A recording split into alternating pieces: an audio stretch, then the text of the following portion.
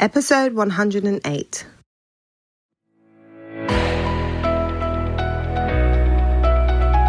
Hello, you're listening to the Career Changemaker podcast. Having the courage to leave a career that you have worked hard to build and try something else can be tough. So in each episode, we dive into key career change strategies so that you have a clear understanding of what is required to transition into a new role or a new industry without feeling like you have to start at the bottom or have to take a massive pay cut, because ain't nobody got time for that. If you are ready for frank and honest discussions about how to become a career change maker, keep listening. I'm your host, lawyer turned career strategist and executive coach, Janine Esbrand.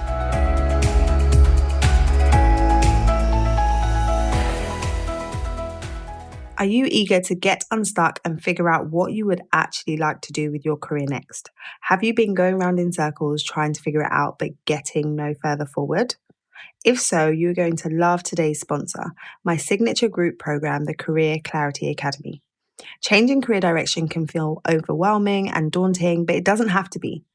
In my signature program, we give you clear, step-by-step, proven processes for getting completely clear on what it is that you want to do and understanding how you can leverage your existing experience and position yourself to attract and land a dream role.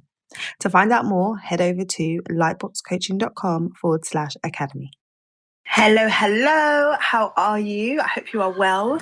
I am jumping on today to talk about what really needs to happen for you to land your ideal role. So over the last 2 weeks, I've been doing a series of live streams on the theme of changing career in uncertain times. And so I've been touching on different topics, and I was talking about the importance and the role of your beliefs in your career transition and in your job search. And I want to build on that a little bit today, because for a lot of people who are considering making a career change, there are beliefs that they have around what is possible that could be holding them back. Some people think it's not actually possible to find a role that ticks all the boxes. They don't believe that finding work that they really enjoy is possible.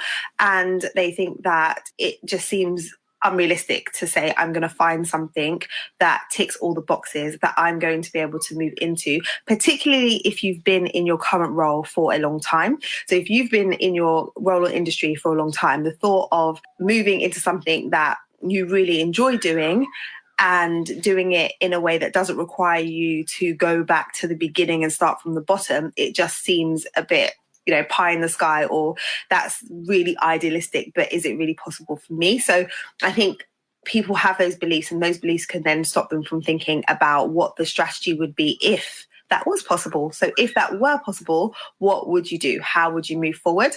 And one of the things that comes up a lot and that I hear people say is they kind of feel bad.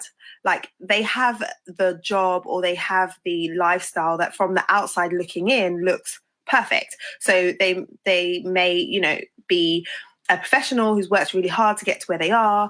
And because they've worked really hard to get to where they are, there are other people who would love to be in their shoes. So if that's you, if you're a lawyer, for example, I can totally relate to this, like working really hard to become a lawyer and going through all of the hoops and then getting there and then feeling like, is this what it is? Is this how it's going to be? And knowing that there are a number of people out there that would have loved to get a training contract and would have loved to qualify, but didn't have the opportunity. So if you're sitting in your role feeling like I'm here and there's so many people that would kill to be in my position, but yet I'm complaining, it's easy to feel guilty about that. It's easy to feel like I shouldn't feel this way. I should feel good about the fact that I'm here. I should be grateful that I have a role, particularly in the market that we're in now where people are losing their jobs and being made redundant. I shouldn't be complaining about the job that I have, or I shouldn't be complaining about the position that I'm in. Often comes up for people. And what I want to encourage you with today is kind of shifting that perspective, because if you are in a role that you're not enjoying, the likelihood is that you're not bringing your 100% A game to the role, and you're not making the impact that you could possibly be making if you were doing a job that was really aligned to you as a person, that you absolutely loved, working on projects and with people that you enjoyed working with. If you were doing that, you're going to be able to show up in such a different way, and you're going to enjoy the work that you do so much more, that the result of that is that you make more of an impact in the organization, in your industry, and you're able to do more because you're enjoying what you're doing. So it's fine to change direction. I give you permission. If you have been feeling like, I feel bad for even wanting to make a change, it's okay to change your mind. We all change over time, like our perspective shifts, what's important to us shifts, particularly if you have had a child. So if you're someone who, built up your career before starting a family, and then you have had a family, and now the way that you look at work and the way that you look at life is different, your perspective has shifted. Your values are different.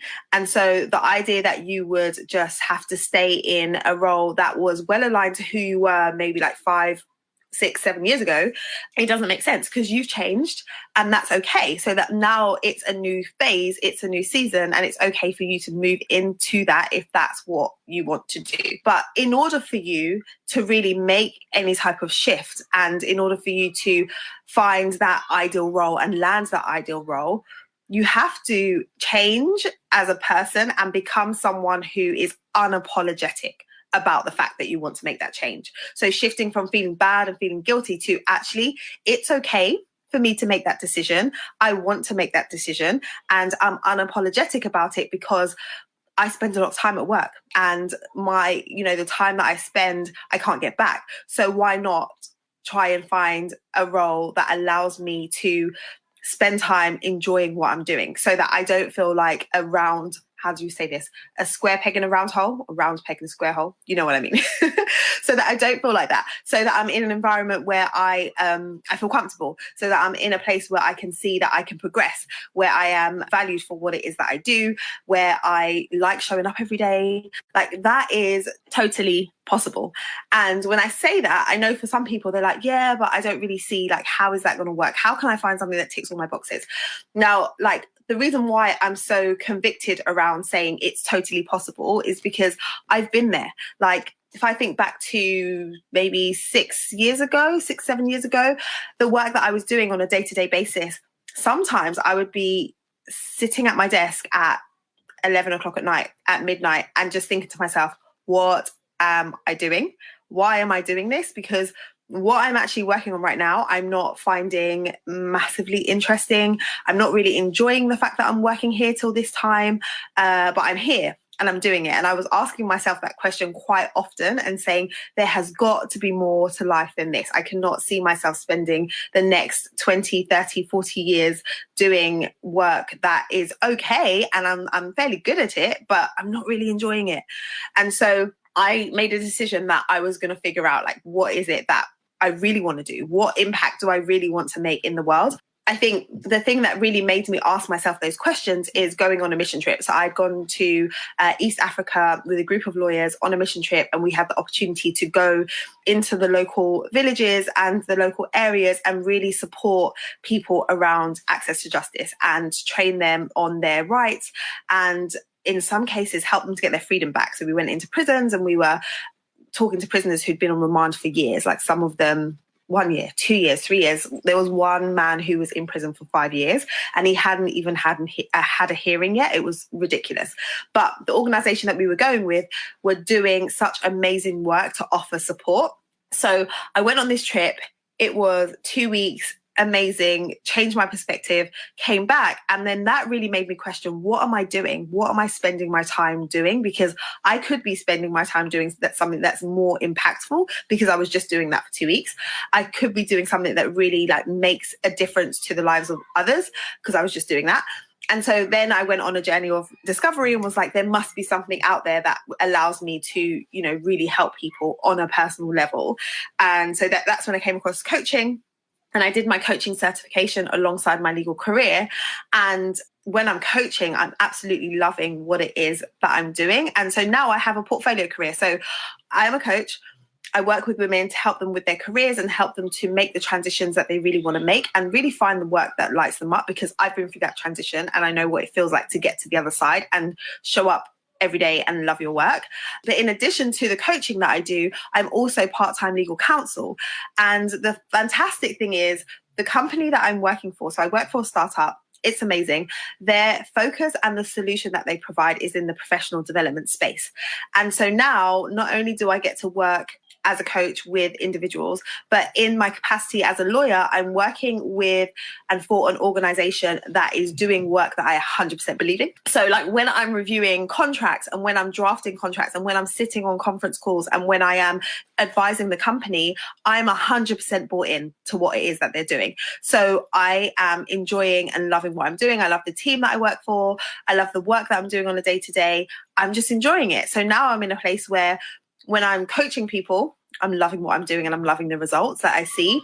And then when I'm doing my legal work, I'm loving the impact that I'm able to make through the legal work that I'm doing. So because I'm doing, the contracts and supporting with managing risk and stuff, I know that that's helping the company to drive forward. And so when I look at the difference from what I was doing 5-6 years ago to where I am now and my relationship with my work and how much I love it and how much it really aligns with not only my skill set and not only my strengths, but also my values and what's important and the difference that I want to make and the way that I want to use my time to be making a difference to people. So I'm sharing this all with you to show you what is possible, because I'm no different from you. I'm just somebody who has spent a lot of time training and putting in effort to get to where I was in my career, but kind of got there and thought this isn't quite working for me in this capacity. So I made shifts in different ways to get to a place where it is working for me. So I'm still a lawyer, but I'm working in a completely different capacity to what I was doing back then. And there was another element that I added to my career because I recognized that I wanted to help people in a different way. And that's where coaching came in. So you can figure out what it is for you. What does that perfect role look like for you? But you have to be in a mindset where you're unapologetic about wanting to figure that out, that you are willing to put the time and the effort and the work in to do what is required so that you can be doing work that you enjoy. It's not easy, but it can be simple, right? It's not easy to go through a process, but there aren't crazy steps. It is just the fact that you have to show up and you have to do the hard things sometimes to continue to move forward. But ultimately, you get to a place where you're loving your work and life. So that's what I really want for people. I'm like, life is too short to be doing work that you don't love. And that's part of the reason why this is my mission, to help as many people as possible to transition into work that they're really enjoying. So if this resonates with you, and if that's you, if you're someone who has been feeling, I feel a bit guilty for wanting to make a change, I'm not sure if I should make a change. Can I even do it? Can I even find a role that is going to be that perfect role for me? Then I invite you to book a call with me and see if and how I can support you through my program to help you follow a proven step-by-step process to get the clarity that you need to figure out what the role is that you want and need to be doing so that you do feel fulfilled. And then the strategy that you need to make the transition. How do you leverage what you already have and what you've already done in terms of experience so that you can transition into that role? All right, I'll speak to you very, very soon. Bye. Thank you for listening to this episode of the Career Changemaker podcast. If you enjoyed today's episode, I would love for you to let me know what your biggest takeaway has been. So head over to Instagram, tag me at Career Changemaker, and let me know your thoughts. What did you like most about today's episode? I look forward to hearing from you. Until next time, keep working towards your career goals, and we will speak very, very soon.